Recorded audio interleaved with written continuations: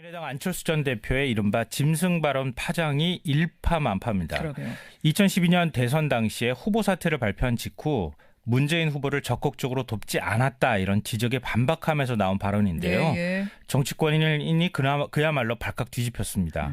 이 안철수 전 대표의 짐승 발언, 이 뉴스 행간을 좀 살펴볼까 합니다. 그러니까 안철수 문재인의 짐승 공격했다 이런 제목으로 뭐 언론들이 네. 대서특필했잖아요. 근데 당사자보다 언론이 더 흥분하는 거 아닌가 뭐 이런 생각까지 드는데요. 여러분 대충 아시겠지만 어떤 상황이었는지 설명 좀 해주세요. 예, 이 문제의 발언은 사흘 전 광주 전남 언론포럼 대선주자 토론회에서 나온 건데요. 예. 이 4년 전 대선 당시 문 후보를 제대로 돕지 않은 것에 대한 비판이 있다 이런 질문을 받았는데요. 안철수 전 대표가. 네, 안 전 대표가 정색을 하면서 돕지 않았다는 것은 사실이 아니다 이러면서 반박을 했습니다. 이어서 생각해보라. 양보한 것 그것 하나만으로도 사실은 고맙다고 해야 하는 것이 인간의 기본적인 도리 아니냐.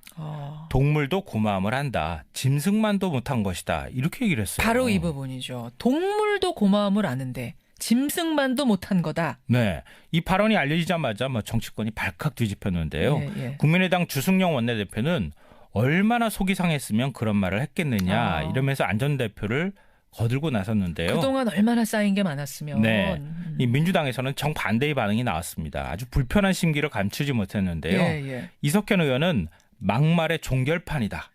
유인태 의원은 금도를 넘어섰다 이러면서 강하게 비판했습니다. 문재인 전 대표 반응은 뭐였어요? 당사자니까 뭐라도 반응을 내놓을 수밖에 없는 상황이었는데요. 예. 그냥 넘어가자 이러면서 논란이 커지는 걸 경계했습니다. 짐승만도 못하다라는 안철수 전 대표의 이 이른바 짐승론. 이 뉴스의 행간 이면에 뭐가 숨어 있습니까? 첫 번째 행간은 2012년 앙금이 그대로 남아있다입니다. 2012년의 앙금이 네, 여전히. 2012년 대선 직전 상황을 아마 다 아실 거예요. 네. 문재인, 안철수 두 후보가 야권 후보 단일화를 두고 막 줄다리기를 하고 있었던 상황이었거든요. 예. 그런데 11월 23일 돌연 안철수 후보가 대선 후보직 사퇴를 선언해버립니다. 이후 문재인 후보 지원 유세에 나서긴 했지만 대선 당일 또 미국으로 출국을 해버렸어요. 그렇죠.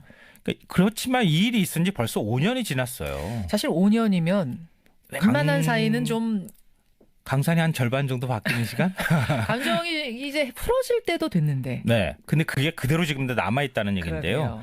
안철수 전 대표 입장에서는 기껏 양보했더니 나 때문에 졌다 그러냐? 이러면서 굉장히 덤터기 씌운다는 느낌을 받을 수 있을 것 같고요. 아하.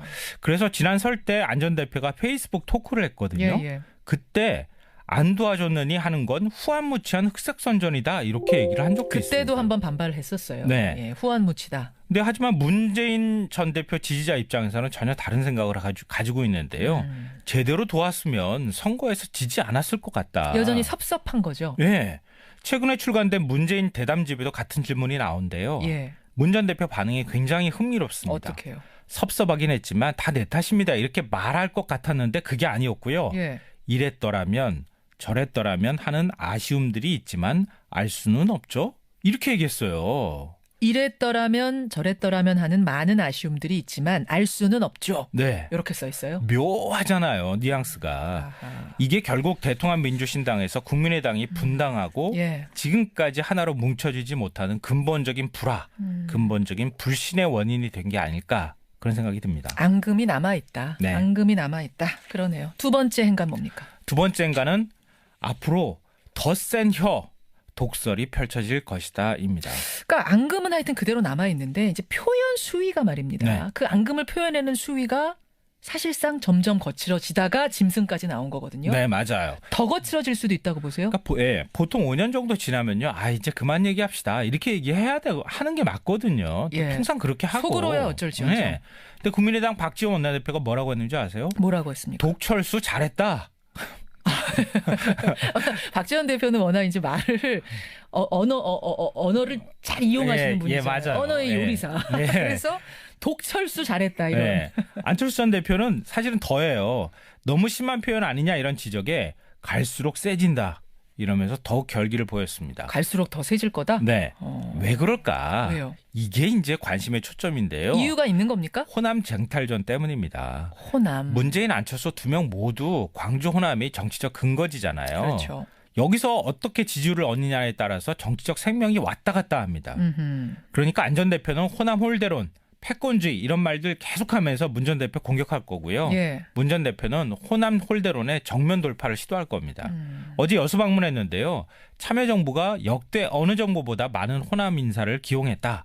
그러면서 호남 총리론까지 꺼냈습니다. 예. 그러니까 앞으로 몇 달간 계속 독한 말들을 쏟아내면서 치열한 호남 쟁탈전이 벌어질 텐데요. 예. 하지만 독한 혀, 독설은 강한 이미지를 줄 수는 있지만 말 그대로 독이 될 수도 있습니다. 조심해야 돼요. 오히려 거부 반응이 일어날 수도 있어요. 독설이라는 것은 그렇죠. 짐승만도 못하다의 발칵 뒤집힌 정치권. 마지막 행간 뭡니까? 마지막 세 번째 행간은 제주는 고민 없고 돈은 왕서방이 벌 수 있다입니다. 이건 무슨 말씀이세요? 그러니까 문재인 안철수 두 이제 전 대표가 호남 쟁탈전을 벌이고 있는 사이에 예. 지지율 추이가 어떻게 변했느냐? 안희정 충남지사 지지율은 쭉쭉쭉쭉 올라가고 아하. 이재명 성남시장 지지율도 같이 상승세를 탔거든요. 광주에서의 지지율 말씀하시는 네. 거예요? 호남에서의? 예. 문재인 전 대표 지지율은 10% 이상 쭉 빠졌고 호남에서? 안철수 전 대표는 제자리입니다. 어. 한마디로 제주는 문재인 안철수가 넘었는데 돈은 안희정 이재명이 챙긴 형국이라고 할 수 있는데요. 지금 호남 민심은 예. 정권 교체 가능성이 높은 후보 쪽으로 옮겨가는 추세입니다. 그래서 더더욱 야권 대선 주자들의 호남 민심 잡기, 호남 쟁탈전은 더 치열하게 벌어질 거고요. 예. 앞으로 호남 민심을 잡기 위한 용들의 독한 전쟁은 훨씬 더 치열하게 벌어질 것이다. 이렇게 볼 수 있습니다. 독한 혀들의 전쟁이 계속될 것이다. 네. 이런 예측. 김성환 씨 수고하셨습니다. 네, 고맙습니다.